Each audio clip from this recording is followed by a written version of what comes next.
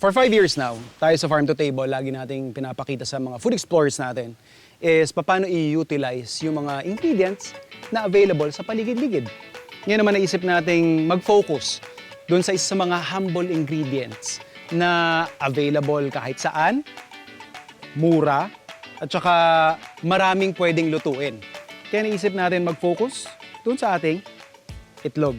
How to find out or paano mo malalaman na fresh pa yung itlog na lulutuin mo. Very simple.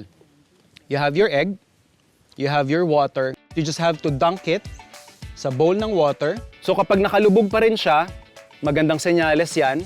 Pag tumataas, siguro more or less mga ilang araw na rin yan. Ang ayaw natin is kapag lumutang na siya ng totally. Ibig sabihin nun, lumang-luma na. Tingnan natin kung may makikita tayong mga fresh na fresh. Ang maganda dun sa egg na gamit natin ngayon is nakalapat pa siya dun sa pinakailalim. So that tells me na okay pa siyang gamitin, swak na swak, fresh pa siya na matuturing. So I'll start off with our fried egg, sunny side up.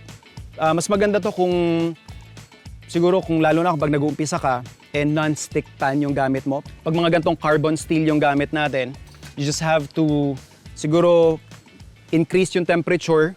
The safest way or ang pinaka-preferred natin o pinaka-ina-advise nating way of cracking your eggs is sa flat surface. Bakit? Dahil yung skin or yung shell ng ating itlog exposed sa kung anumang mga bacteria. Kapag kinrack mo yan sa edge, yun yung papasok sa loob. There's a possibility na baka mag-cause ng salmonella.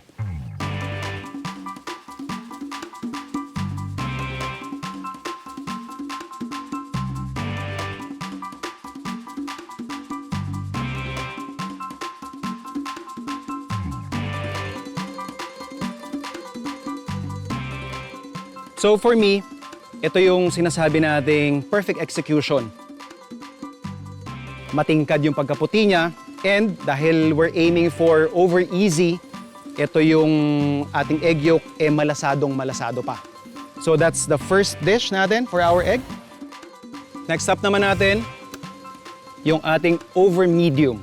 So kumpara nito doon sa ating over easy, yung over medium, yung egg yolk pa rin yung basehan natin, medyo paluto na siya. Pero pag hiniwa mo, pag kinrack mo or hiniwa mo ng tinidor mo, medyo runny pa rin yung kanyang yolk.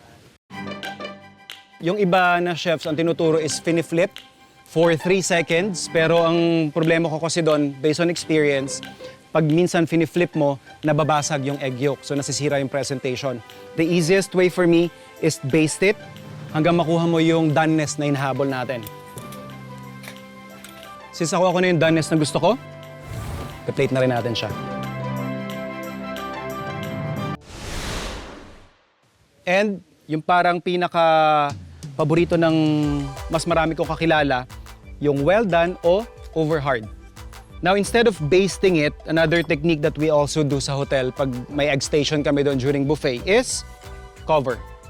Yung steam na lalabas from your eggs would actually help cook yung ibabaw. So by doing that, makakatipid ka, you can multitask.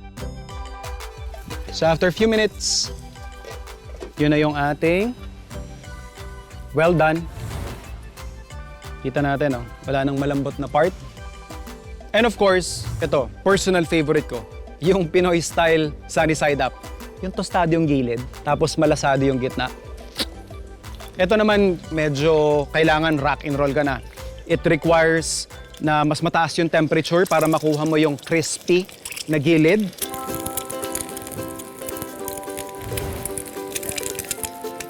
And this right here is my favorite na luto ng itlog.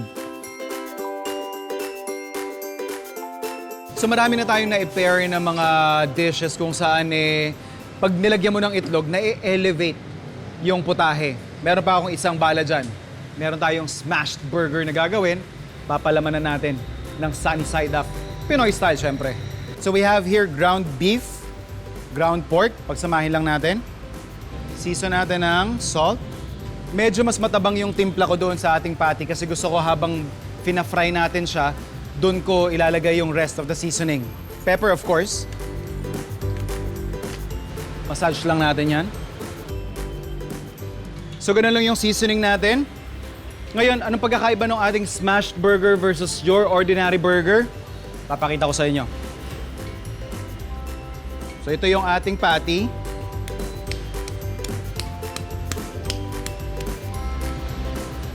So, from bilog, isa-smash natin dun sa pan.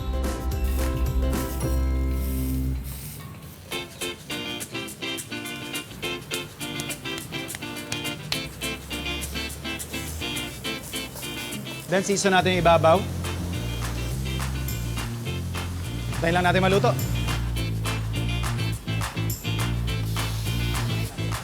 At habang paluto na yung kabilang side ng ating smashed patties, lalagay na natin yung ating cheese. Ang purpose niya is para habang naluluto yung ating kabilang side, unti-unti namang nagme-melt yung ating cheese sa taas ng ating patty.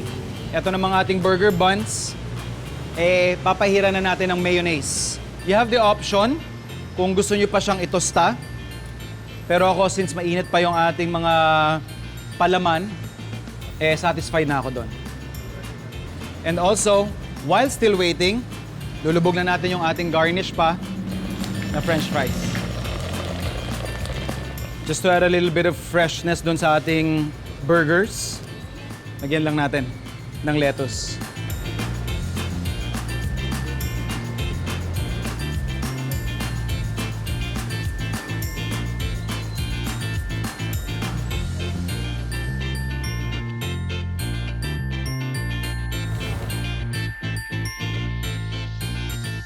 Next up natin, scrambled eggs.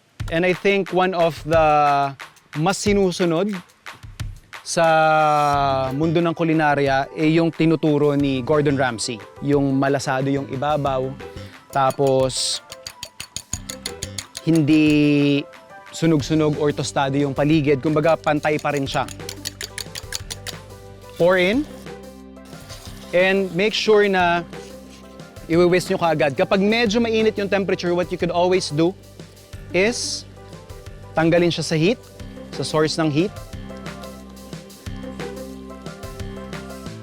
This, for me, is the perfect scrambled eggs. Next up naman natin, omelette.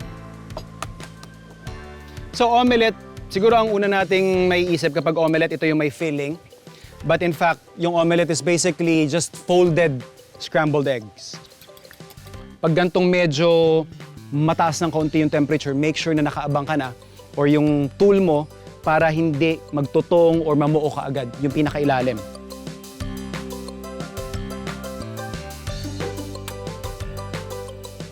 If you're gonna apply sa mga Western restaurants, isa sa mga pinapatest nila is actually how well you do your omelette.